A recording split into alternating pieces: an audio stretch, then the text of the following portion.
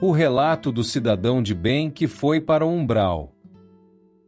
Ajude nosso canal, se inscrevendo, curtindo o vídeo, comentando, compartilhando para os seus amigos e doando qualquer valor através do botão Valeu.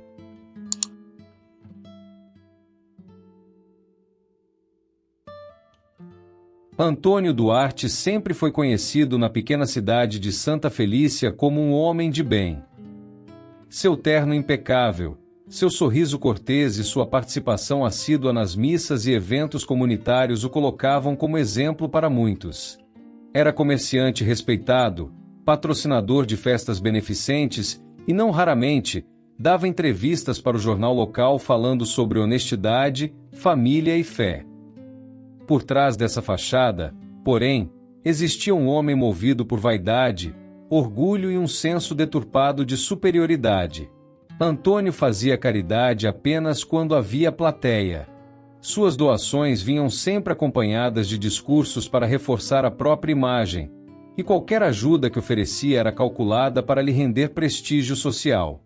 Dentro de casa, a realidade era diferente. Sua esposa, Helena, vivia em constante silêncio, temendo as palavras duras e o temperamento explosivo do marido.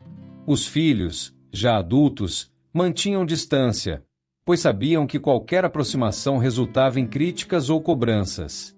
Antônio não percebia que, aos poucos, estava se isolando daqueles que realmente importavam. Quando a morte veio, foi de forma rápida e inesperada. Um infarto fulminante o surpreendeu numa manhã de segunda-feira, no escritório. A cidade inteira se comoveu. O velório foi repleto de flores, discursos e elogios. Um homem exemplar, diziam. Foi direto para o céu, murmuravam outros. Mas, para surpresa de Antônio, ao despertar do outro lado, não havia luz celestial, nem anjos a conduzi-lo. Encontrava-se em um lugar sombrio, de céu cinzento e ar pesado, onde gritos distantes ecoavam como lamentos. O chão era úmido e lodoso, e uma névoa espessa dificultava a visão. "Onde estou?" perguntou, tentando manter a calma. Uma voz rouca respondeu, vinda de um vulto que se aproximava. "Bem-vindo ao umbral, Antônio Duarte. Aqui vêm aqueles que viveram de aparências, que enganaram até a si mesmos sobre quem realmente eram." Antônio protestou. "Isso é um engano. Sempre fui um homem de bem. Fiz caridade, ajudei os pobres, frequentei a igreja." O vulto, que agora se mostrava como um espírito de semblante severo, ergueu a mão. Sua caridade era vaidade. Suas palavras eram máscaras. Você julgava os outros e se colocava acima deles. Não é o que os outros pensavam de você que importa aqui, mas o que havia em seu coração. A cada passo que dava, Antônio sentia o peso de suas escolhas. Começou a ver, como em um filme projetado no ar, cenas de sua vida. Via os olhares tristes de sua esposa, as lágrimas silenciosas de seu filho mais novo, a decepção estampada no rosto de amigos que se afastaram. Percebeu que suas boas ações tinham sempre uma segunda intenção, jamais eram puras. No umbral, os dias não existiam, havia apenas uma eterna penumbra. Espíritos vagavam como sombras, alguns chorando, outros presos em memórias dolorosas. Antônio tentou conversar com eles, mas muitos estavam tão presos ao próprio sofrimento que sequer o notavam. O tempo, se é que havia tempo ali, fez com que sua arrogância fosse se desfazendo, substituída por um amargo arrependimento. Começou a recordar momentos simples que desprezara.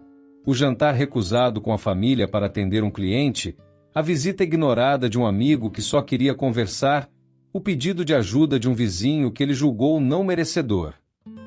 Certo dia, enquanto caminhava por uma trilha lamacenta, viu uma mulher idosa caída. Seu instinto inicial foi passar reto, como sempre fizera em vida. Mas algo dentro dele o impediu. Aproximou-se, ajudou-a a se levantar e a conduziu até um abrigo improvisado.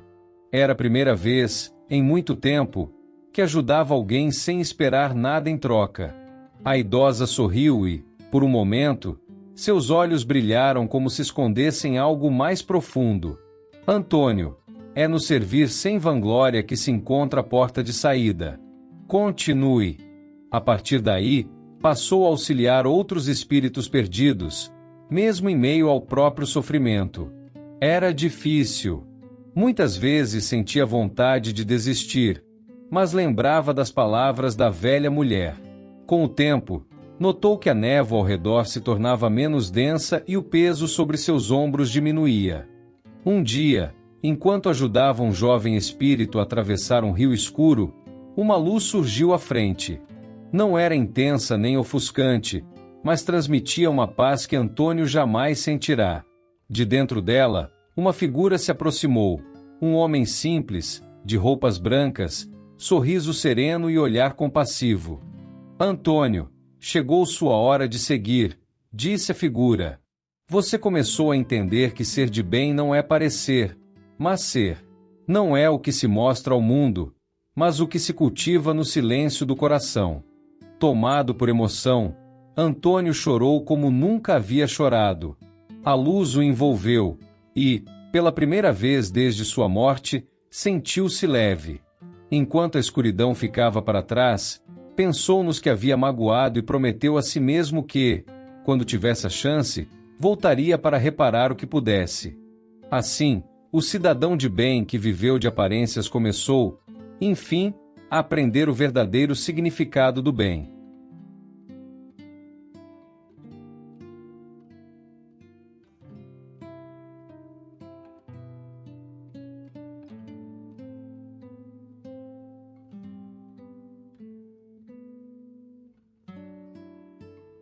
Se você gostou de nosso vídeo, não se esqueça de se inscrever, curtir o vídeo, comentar e compartilhar para os seus amigos.